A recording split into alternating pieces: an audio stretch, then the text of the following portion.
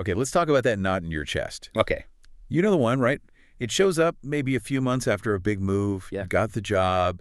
You have some acquaintances, but you suddenly realize that these new relationships you're building, they just don't have the density, maybe? Yeah, the weight of shared history, it's missing. Exactly. Yeah. And you scroll through social media, see your old friends, your old circle, and it hits you that what you have now, it feels a little lighter, maybe thinner than the life you left behind. It really is one of the most underrated challenges of adult life. You're trying to grieve losing that automatic support system you had. Right. While at the same time basically manufacturing a new one completely from scratch. That feeling, missing that deep understanding, that person who just knows when things are off. That's not you failing socially. No. It's just physics almost. It takes time and effort. We totally get it. And look, you sent us a whole stack of sources on how to solve this exact problem. So our deep dive today, it isn't just, about making friends in general. No, it's more specific. It's a concrete, actionable roadmap. We're talking about building a support network so strong that the sources actually call it a second family. Or maybe, more accurately, your chosen family. That's the term. We want to give you that shortcut to feeling like you belong again. And I think we have to start right there, clarifying something really important. You are not trying to replace your friends from home under any circumstances. That's a key distinction. That history. The people who knew you at 19, who saw you through all the messy stuff, it's sacred. It's irreplaceable. Okay. This chosen family, it's something different. It's like a parallel structure, and it really thrives in the present. What's fascinating, too, in the research you shared, is how relevant this is right now, especially in cities with a lot of movement. Oh, absolutely. I mean, the material highlights places like Charlotte, for instance, and notes that almost 40% of the people there are transplants. 40%. Think about that. That means you're stepping into an environment where odds are almost everyone else is going through the exact same thing you are, this whole community building process. That shared experience, it must change the dynamic, right? Fundamentally, yeah. You don't have to explain why you're looking for deeper connections. The person next to you at the brewery or that networking thing, they probably get it implicitly. They're looking too. They're also looking to build their bench, so to speak, and that common ground, that's perfect soil for making these intentional connections we're talking about. Okay, so we've got the permission. We understand the environment. Mm-hmm. Let's unpack this difference then. The old support system versus the chosen family. Right. Think of it this way. Friends from home, they're mostly defined by history. They know your whole story, your evolution. Right, they knew me when. Exactly. Chosen family, though, they're defined by presence. They choose to love the current version of you right now without all the baggage or needing reference, every phase you went through back in college. And their support, it shows up differently too, doesn't it? Much more practically. Totally. They're the ones who actually know your exact coffee order. Or they text you when they see something random on a Tuesday that reminded them of you. Yeah. And, maybe most importantly, they're available when life throws you that curveball, the unglamorous stuff, like your car breaks down or you need a dog sitter last minute. Okay, so it's a shift from shared history to shared reliability. That's it, exactly. Yeah. And recognizing that difference, that distinction, it's actually really crucial for your mental health. How so? Well, if you're constantly comparing these new friendships to friendships that are decades old, you're just setting yourself up for disappointment. It's an unfair comparison. Right. It's apples and oranges. Precisely. You aren't failing to replicate the past. You're just building a new system for the future, and it operates on different rules. You need to learn those rules. That sets the stage perfectly then for the first step on this roadmap we're building. Yeah. How do we actually identify people who have that family potential? Because we all know people we like grabbing a beer with, but who maybe aren't quite inner circle material. Right. You have to move past just the surface connection. The sources, they outline 4 really crucial signs that tell you if a connection has that potential to become chosen family. The first 2 are about, let's say, basic investment. Okay, tell us. What are they? Sign number 1 is they remember details about your life. Okay. And not just the big stuff like your job title or that you mentioned you're busy. No, the small, meaningful things. They remember your sister's getting married next month, and they ask specifically, hey, how's the planning going? Ah, so it shows they're actually listening, not just waiting to talk. Exactly. It signals true curiosity. And that leads right into the second sign, which is just as important. Right. They initiate contact. They reach out first sometimes. Precisely. They're willing to put in that first bit of energy. They'll text you first. They suggest the hangouts. They check in if they haven't heard from you in a bit. If you find you're always the one pursuing, always the initiator, well, that relationship might be friendly, sure, but it's probably not built for the long haul of chosen family. There's an imbalance there. Okay, I think those first two make sense. Pretty achievable. Mm-hmm. But this next pair of signs you mentioned, Mm-hmm. this feels like where it gets tougher, where you really separate acquaintances from that core group. The third sign is about showing up consistently. Yeah, consistency. And specifically, consistency for the unglamorous stuff. Right.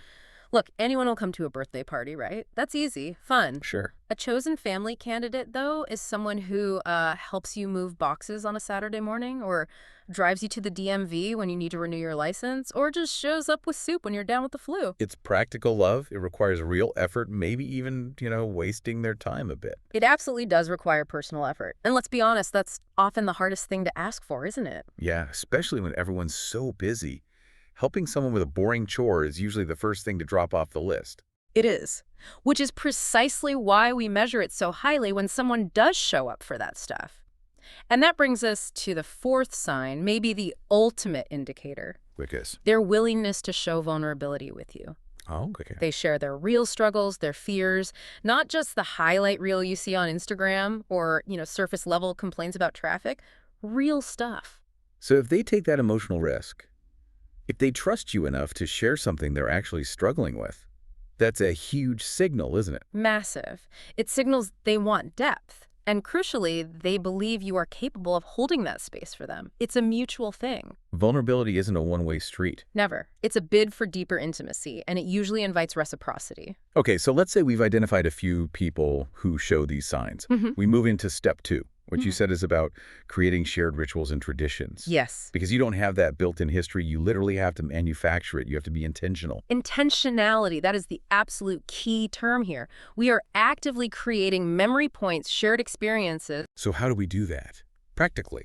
The sources suggest starting simple, with recurring rituals. Think weekly, maybe. Perhaps it's a Sunday morning walk at the farmer's market. Doesn't matter if it's raining. Or maybe you lock in Tuesday night trivia. Or just a standing Friday morning coffee catch-up before work. I like how the sources mention specific local spots like the Atherton or Matthews Market. It anchors it, right? Yeah. Makes it real. The activity itself isn't really the point. Not at all. The consistent shared time is the point. That's what builds the foundation. Okay, what about less frequent things? Yeah, you can build up. For monthly rituals, maybe you establish a tradition around the first Friday gallery crawl, or maybe you host a watch party every single time the Panthers play. Even if, half the group doesn't really care about football. Exactly. It's not about the football. It's about the reliable, shared moment. That's the tradition you're building. And then the annual rituals seem really critical, especially for transplants who maybe can't get home for holidays. Oh, absolutely vital. Establishing a meaningful holiday celebration for those folks, like a Friendsgiving or maybe a huge New Year's Day brunch. These become the big memory anchors. They create that emotional weight of history we were missing at the start. That's exactly right. They become the bedrock memories for this chosen family. And all this, the identification, the rituals, it leads us to the core driver of emotional depth. Which is the deliberate practice of intimacy. Yes. Okay, here's where it gets really interesting, right? Yeah. Step 3 is about practicing gradual vulnerability. Because you can't just, ambush someone with your deepest existential dread on the second coffee date. Haha. Probably not the best strategy, no. But you also can't stay stuck at surface level forever if you want real connection. So how do we navigate that? We can think about building this intimacy in, say, 4 fluid stages of disclosure. Stage 1 is always the safest, sharing surface preferences. Like saying, I actually hate that new restaurant everyone loves. Or, honestly, I find these big networking events totally exhausting. It's self-disclosure, but it's pretty low stakes. Okay, easy enough. What's next? Stage 2 moves into sharing past experiences. You're sharing history, sure, but it's about things that are already completed, events in the past. For example, moving here was much scarier than I admitted at the time, mainly because I was leaving my best friend of 15 years behind. See, it gives context to who you are now, but it doesn't require immediate support for a current problem. Got it. Then stage 3, This sounds like the bigger leap. It is. Stage 3 is sharing current struggles. This moves right into the active present. Okay, like, Man, I've been feeling genuinely lonely lately, even though my calendar looks full. Or, I'm really struggling to focus on this big project at work this week. I feel overwhelmed. This takes significant trust because you're showing a vulnerability right now. and if that's met well, with compassion, maybe they share something back. Exactly. If it's met with compassion and reciprocity, you can potentially reach the deepest stage, stage 4, sharing deep fears and dreams. This is the really big The stuff. highest level of trust, yeah. Mm. The existential stuff. I sometimes worry I'll never find a career path that truly satisfies me, or I'm kind of nervous about dating again because I'm scared I'll repeat my old relationship patterns. Wow.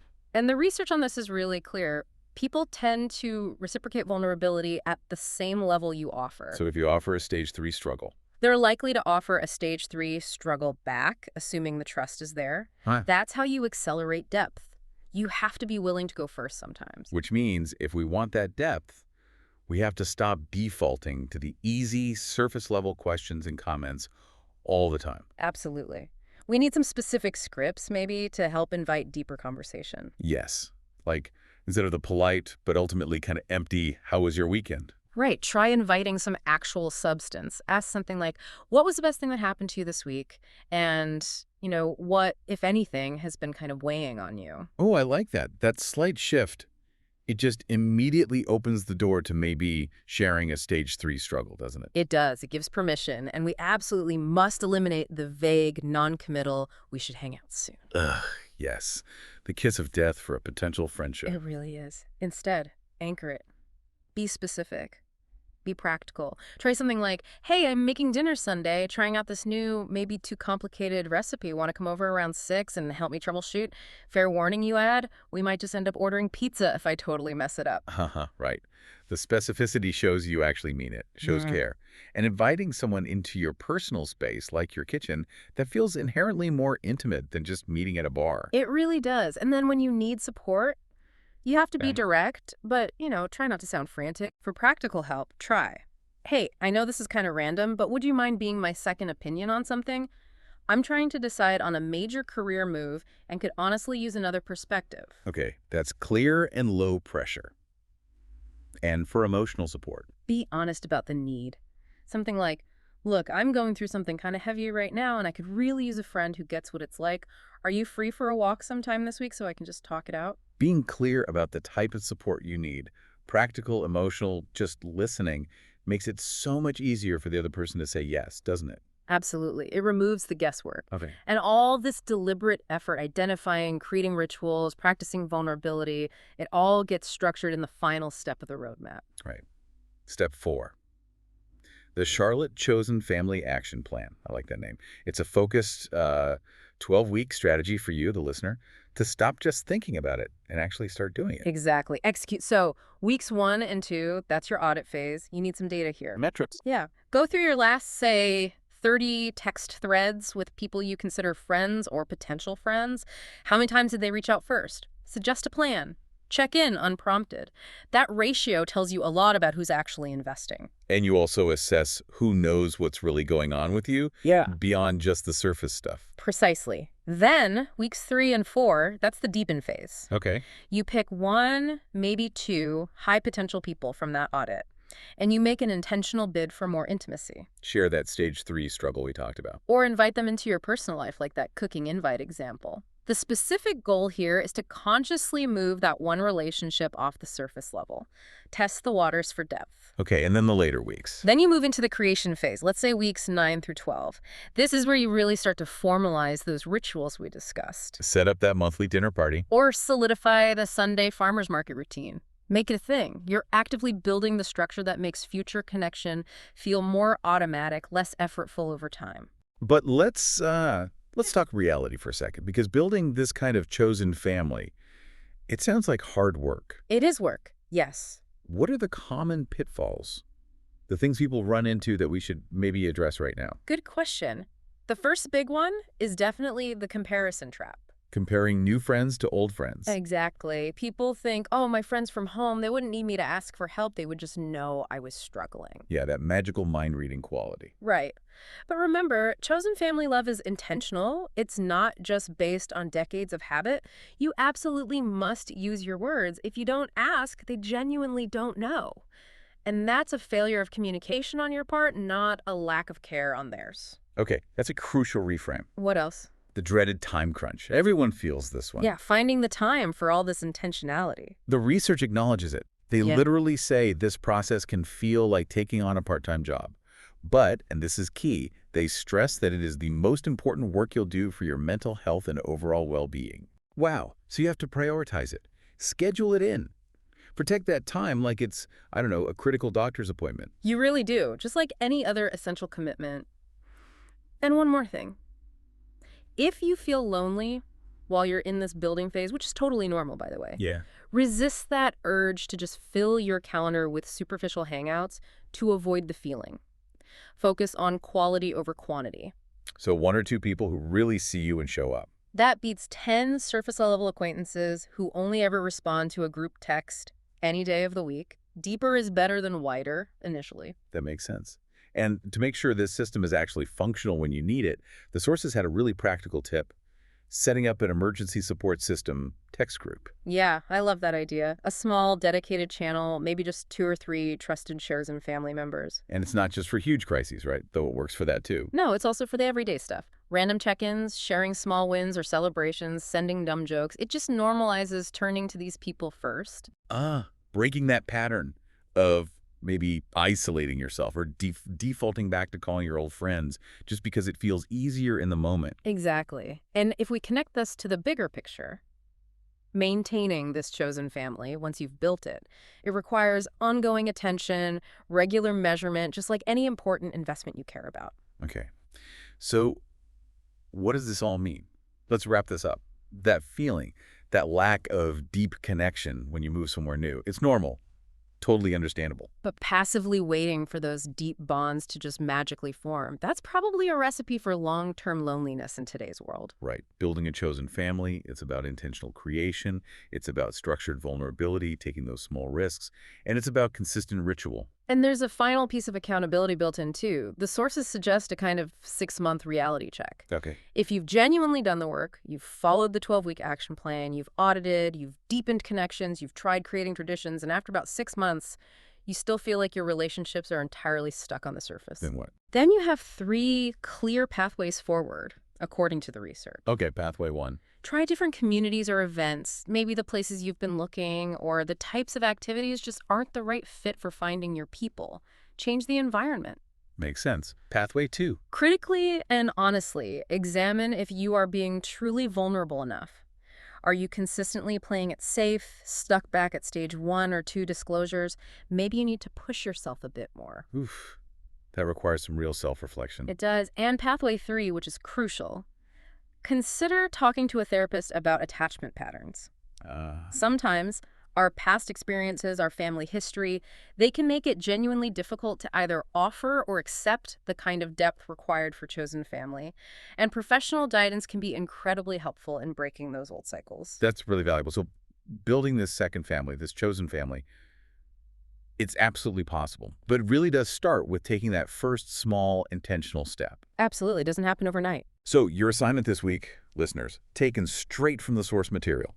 Pick just one person in your life right now, maybe someone you identified during that audit phase, and take one small step towards deepening that relationship this week. Just one thing. Cook dinner together, like we talked about. Share something small that you're legitimately nervous or struggling with, maybe a stage 2 or 3 vulnerability. Or create one tiny, repeatable tradition together, even if it's just grabbing coffee every other Friday. That's how it starts. Because the best chosen families, the ones with that real weight and reliability, they begin when you make that conscious choice to show up. For them, yes, but maybe just as importantly for yourself.